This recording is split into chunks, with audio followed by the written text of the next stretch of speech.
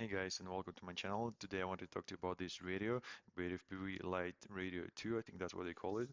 And then it came out a couple of weeks ago, and honestly, I think this is a great device, and then it's gonna help a lot of people in the hobby. First of all, I think it's a great value proposition. It's priced at $39.99, but then if you get like some specials or BetaFPV has like sale going on for the last couple of weeks at least, it's like 10 or 5% off, so can be like less than $40 and like 35 or whatever. I think this is a great value radio. The radio itself feels very sturdy. It's like good quality plastic, and it feels great in your hand. It's smaller, but it's very compact. And then the gimbals are a tad smaller than usual, but you get used to them after like couple of packs. It's fine. They're very smooth. Yes, they're like regular gimbals, like it's not Hall effect gimbals or anything like that. But hey, like four switches, power switch, two gimbals, that's all we need 95% of the time, right? I think it's a great radio. And then so first of all, yeah, it's a great radio for beginners who people who trying to like get into hobby and then just see if they like it or not, and then don't want to spend like a lot of money. The only other option people could get was this Fly Sky radio that was like about 45 bucks or something like that. But then if you don't want to fly, if you don't want to go Fly Sky route, then um, like like there you had to basically pay 100 bucks for Tyrannus, like QX7 or X90, or you could get a cheaper version of a jumper. Like these jumpers, they were like I think 80 bucks, something like that. So that was another option. But other than that, I mean, like you literally had to spend 100 bucks to get into FPV, no, at least. With this guy, I think like is a great value radio for beginners, and I think for people who've been flying for a long time. Like we started flying these toothpicks, and toothpicks are really, I think, it's an amazing. Thank you, Kebab FPV, for coming up with this idea, or like at least making it widespread. I think it's a really like, I mean, we started flying these guys, and then when you go flying one of these, right? A lot of times you don't want to bring this huge radio with you, like, right? Because like seriously, and then I think like you just put this in one of your pocket, you get one of these, like couple of batteries in another pocket, and you just go flying. Put your goggles on your neck, and then just you can jump on your bike or get in a car and just get to a flying spot and just fly like couple packs and get back to your daily life or whatever, you know. So I think it's a great radio for both beginners, for people who trying to get into the hobby, and then people who've been flying for a while because it's so compact and you just can put it in your pocket and then just go to a flying spot and then just spend like 20 minutes flying and just go back. You don't want to bring like a backpack with you and with full of stuff. I think is a great option. And I'm not like joking here. I'm being serious. I think like last couple of days I've been flying with this radio primarily. I didn't use my jumper, and then I think it's really good. So going back to the radio, I mean, just kind of like these are obviously like this is not the best radio ever made, and it has a lot of negatives and stuff. So I'm just saying that like the lot of positives that this radio has, and then like and then has a really great value. So first of all, about the like things that are maybe not so great. So like obviously there's no screen, right? So a lot of times like it's kind of, I mean, you get it connected to a drone and then that's it. You don't really need a screen like a lot of times, and I think it's actually is a plus, but it's those first couple of I don't know, tries when you're trying to bind it up or whatever, and then you have no idea what's going on. The Chinese English in this manual is not really helpful.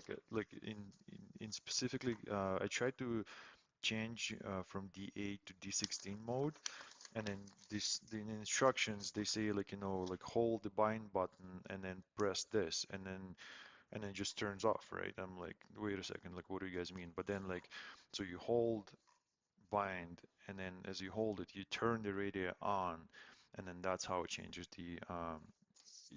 the protocol. So it's going from D16 FCC to D16 EU, right? And then going to D8, just regular D8. I primarily use D8 on all of my quads. I think this is the best option because a lot of like toothpicks and then those all-in-one boards, they don't really work great with D16, and then so it's better to use D8 all the time because you don't get any of these like dropouts all of a sudden and then like fail safes and all that stuff. So, anyways, so that's one. But I mean, again, like just like I said, you connect it once, and you don't really need a screen. You don't need to drain your battery faster than you should, because like basically you have goggles on your face, right? You don't want any screens or anything like that. The plastic of this radio is really great. I think is like it's very sturdy, feels solid in your hand. But I literally took this radio, put it in. So I have this trash can case here. They came with trash can, like I got it a long time ago. So I literally put it in here. I'm like, great, it fits, right? So perfect. Like I'm gonna just carry it on like this. So I like really put it in my backpack, and I rode my bike for like 10 minutes, not even. And I took it off, and then it got this. I mean, I tried to use alcohol to clean it, but then the paint, the dye of the case like rubbed on the thing, and then it got black right away. So if you wanna like carry this radio everywhere, I'm saying everywhere, like put in pockets and like cases like that. Don't expect it to be clean for a long time. You'll probably get like dirty really fast. So I'd recommend maybe using something like that. So this one came with my backpack. So if you put it like that, maybe right in the radio and put it in here, that's great, right? Maybe it's gonna last a little longer. I like my things clean, so that's why this is a little bit of concern for me because I don't want it to be like all like dirty, black, whatever. I'm trying to keep my things clean for a little bit. So one thing is the plastic. Yeah, just like I said, plastic quality is great, but might not be the best as far as the not getting dirty. Second thing is switches. So it has four switches. They're shorter switches, and then like when you put them in like normally how I fly usually is just like kind of my switches are like this. So like that. And then what I noticed with this radio, like when I'm pinching, so for pinchers, if your switches are like the bottom ones facing up and the top ones facing down, then you don't really have space for your fingers. And then when you're trying to, it's like not comfortable. It really isn't comfortable at all. So you like after I switch my switches to kind of like I think I put arm like that way, and then I just made sure that when I'm flying, they're facing different directions. So the bottom switch is facing down, the top switch is facing up. Then I have space for my fingers, and it actually became so much more comfortable, so much more comfortable, seriously. Um, and then I liked it a lot more. So yeah, I'd recommend like making sure the switches are facing different directions. See, the battery is dying, so the uh, LED flashes blue, and then also it vibrates because I mean there's no voice, there's no speaker obviously. So if you're flying, like it tells you that the battery is dying by vibrating. So that's how you know. Um, yeah. Great thing about this radio, like you'd be surprised. This radio, like I said, under $40. It came with a built-in USB charger, so you can plug in your micro USB, and it'll be charging this LiPo in here, right? This guy, $40 or whatever I paid for this guy didn't come neither with the battery nor with USB charging. I had to modify it myself and add the charging because it was so annoying to like open this thing, take out those 18650s, plug them in the charger and them back in, and it's like seriously, this guy doesn't have it. This is seriously a perfect beginner radio. And like again, talking about like people who been flying for a while. So you go fly in the park, right? You go fly in the park and you fly one of these guys, right? For example, you fly one of these guys and somebody comes over to you and they're like, hey, like, what are you doing? Like, like, do you fly in a drone? But then, like, imagine, like, if someone's coming over to you and then they see you holding one of these, right? Like, huge screen, like, huge antennas, like, a bunch of switches, like, all this stuff here. They're like, man, this guy is, like, doing something, right? But then when they come up to you and you hold one of these in your hands and then your goggles, like, I have these simple, like, Amway commanders and then like it looks like a toy, right? I mean, seriously, like I mean, they come over to you like okay, whatever. This guy is just like playing, like doing something. So like it does not attract a lot of attention, and that's what we want. We don't want a lot of attention, right? When we fly in drones. So I think this is a great radio, like one way or the other.